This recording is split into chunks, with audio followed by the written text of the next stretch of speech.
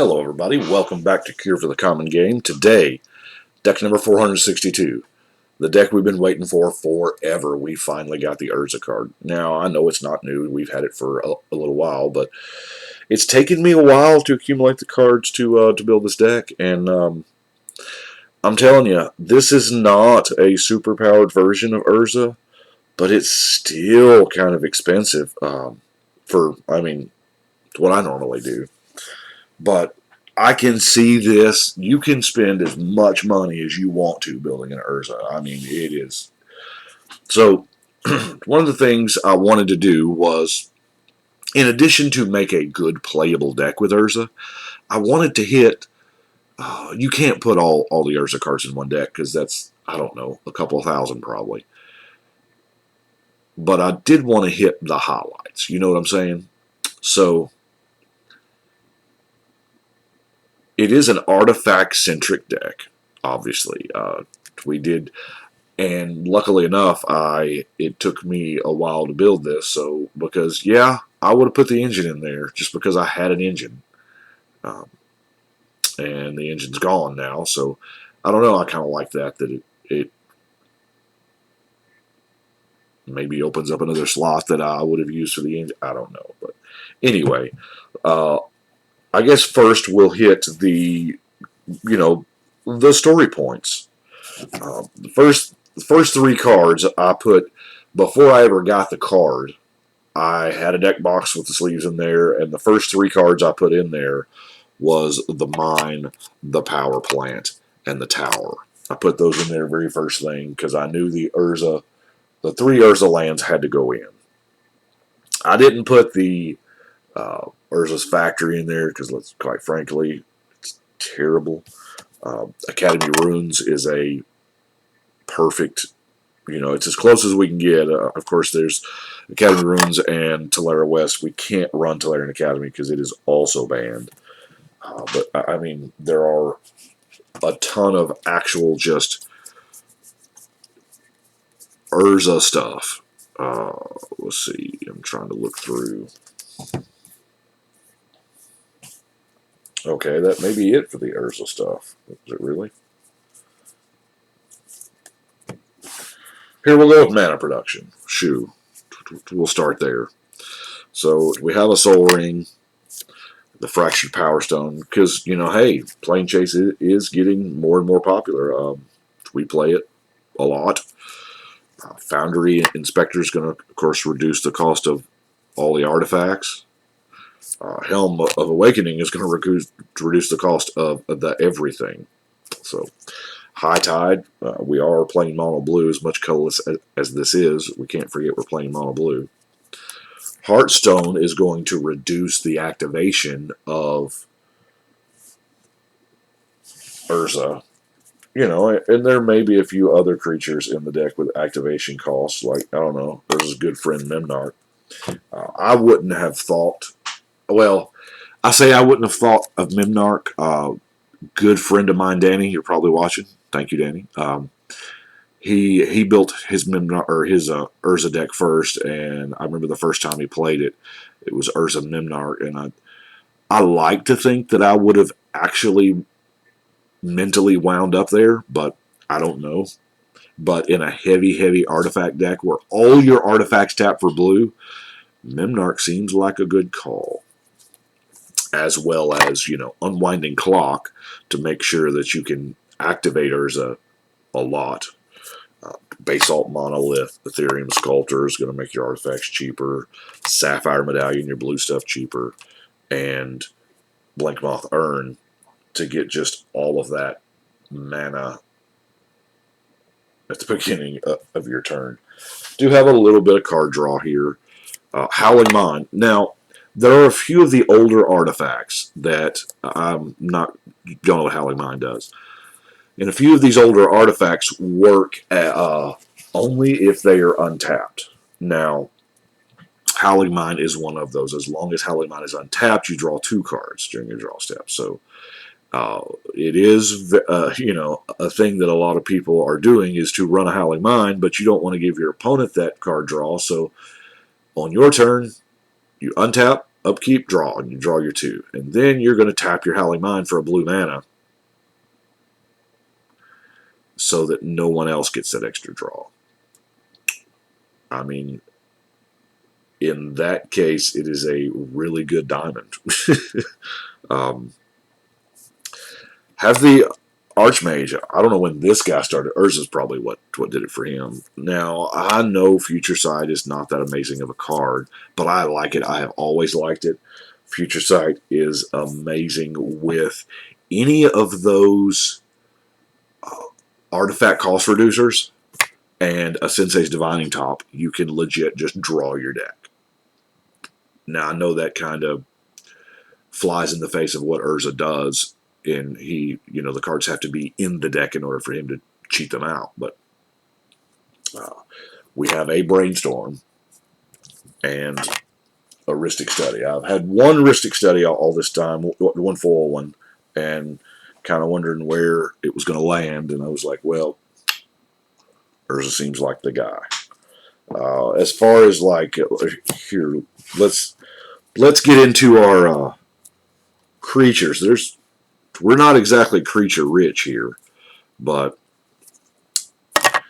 I looked at the Trinket Mage because I wanted the Trinket Mage because there's a lot of 1s and 0s in the deck. So I was like, okay, the Trinket Mage. And then because I had put in dumb stuff like the Colossus and the Golem, I said, well, I need that Treasure Mage. I need the Treasure Mage to go get the big guys. Or the big artifact. Because there's other big artifacts, But I said, I'll play the Treasure Mage. Well, that got me thinking that, hey, we've got 2 more now. We got a Trophy Mage. I got plenty of 3-drops, right? But the Tribute Mage. Oh, and don't you love how all these are the TR mages? It kind of makes you wonder. We know eventually they're going to do a 4 and a 5, right? What's the TR word going to be for 4 and the TR for 5? I don't know. Trill? Star Trek probably has that copyrighted. But anyway, the 2 was what really got me because there is a lot of stuff in here that costs 2. For example, Isochron Scepter. Now, yeah, we only have just a couple of cards to put on the Isochron Scepter. I mean, obviously, we want to put the Dramatic Reversal on it, but, I mean, we also have Mystical Tutor, Negate, Daze, Gigadrowse. Those are all possibilities.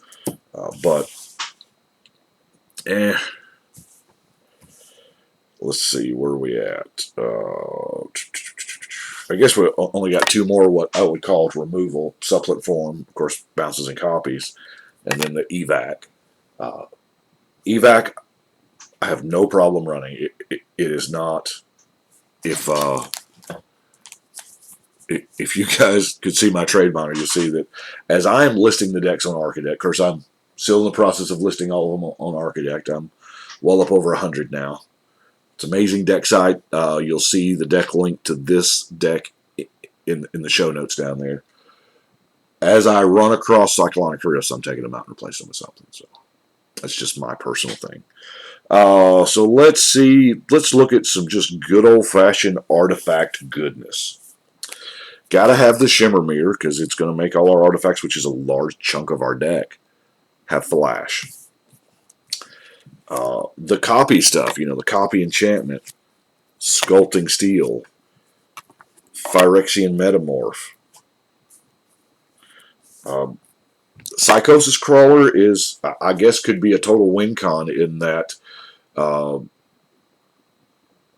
Foundry, Future Sight, top end, or, I mean, it's been all over the place. It's just a good card anyway, because you know we're drawing cards. Darksteel Forge is a great card if you're having just a ton of artifacts. Now, we got to protect Urza. So, of course, we got Boots and more Boots and Harry Potter's Cloak. Planar Portal is one of those cards that you can just go get whatever it is you want. Now, I chose this over the Bridge because the bridge, you can only get a permanent and it goes to play.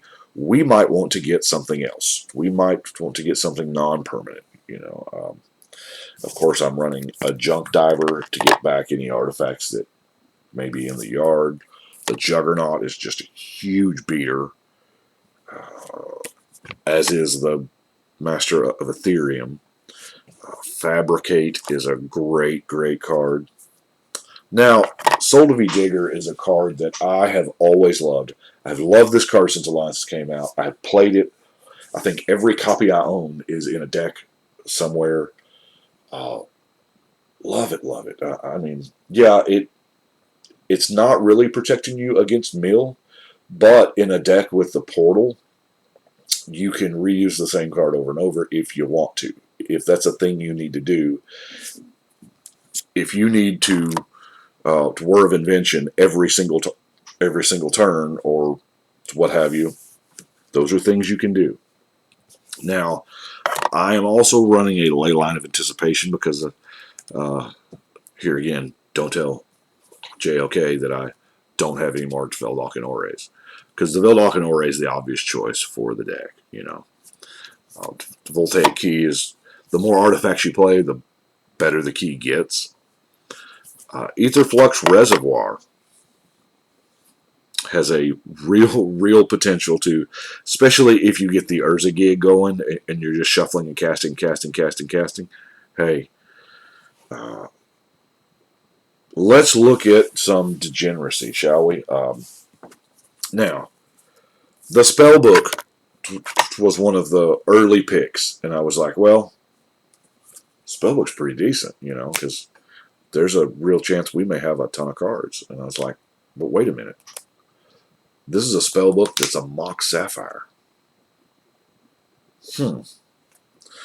So I looked at some of the others, and I was like, Ornithopter, that's not bad. Phyrexian Walker. Terminus Crypt has good uses, and then I just kind of went off the rails, like Fountain of Youth and Dark Sphere. Yeah, I know those are slots that I could put something potentially better in. I get it, but they're moxes, for lack of a better word, in this deck. Now I am using Pithing Needle. Pithing Needle is an amazing card when it taps for a blue. So, and you can name somebody's commander that has crazy abilities or whatnot. Speaking of hosing commanders, Arena of the Ancients. When EDH first started years ago, I looked at this and I went, wow, this is a super powerful card. I wonder if this card's banned, and it isn't. Caracas is, but this is not. So I was like, huh. So I've been just kind of chilling, waiting for it. And apparently it's just gone under the radar and everybody's forgot about it. But you know what? The legends that we have in the deck, Urza and Memnarch, it doesn't matter if they're tapped. So, yeah. I like the Arena of the Ancients, and it does, in fact, shut down heavy legend decks or Voltron decks that rely on their commander. But Drafter's Restoration is our insurance policy. Just in case, all of our artifacts get nuked. Felden's Cane, kind of a similar thing. And y'all remember when I was telling you about the artifacts that turn off when they're tapped? Well, Static Orb does that. Now, so does Meekstone. Now, I don't have another copy of Meekstone, but Static Orb, you do have to be careful when you tap the orb for mana, because obviously you want it to be tapped before your turn so that you can untap all your junk. But you want it to be there for all your opponents so that they can untap more than 2 permanents. So, and of course, in a perfect world, if you've got the clock, you're not worried anyway. But you can tap this. You want to tap it the turn before you, after they're untapped. So, What we got left is, what is that, 6 non-basic lands. Of course, I have a Darksteel Citadel mainly because it's just an indestructible Seed of Synod at that point. It's an artifact. Um, Running the Lonely Sandbar and the Desert of the Mindful for cycling lands. I felt like we should probably have a Reliquary Tower. And you guessed it, Rogue's Passage. Rogue's Passages seems pretty good in a deck with Blightsteel Colossus. I mean, it's not a big stretch there. So I am really excited to play this Urza deck, but it scares me. It might end up sitting in timeout, kind of like Teferi or Azusa does. Azusa isn't really in timeout, I don't think, but Teferi sure enough is, and so is Memnarch proper. So, yeah, I love that lane. But as I said, it is easy to spend whatever. I mean, there's probably no more upgradable deck than Urza, because that joke. I mean, you could go. I thought about just going 100% storyline, but I did that already with the Weatherlight Saga deck number 100 way back, which I may be redoing because we're getting good Weatherlight Legends. You know, we don't have to play with those, underwhelming ones. So let's look up here at our wall and go ahead and put Urza up. Been waiting a while to build that one. Like, I don't know, 25 years. But 462 in the books. I do appreciate y'all watching. Y'all let me know what you think. But right now, we are going to shuffle and cut. Now, I will, about this vacation thing, when y'all see this, I'm currently on vacation. But I don't know how I'm in touch I'm going to be digitally. But, because it's vacation. We're trying to, be on vacation. So, hope you all understand. But right now, we're going to shuffle and cut.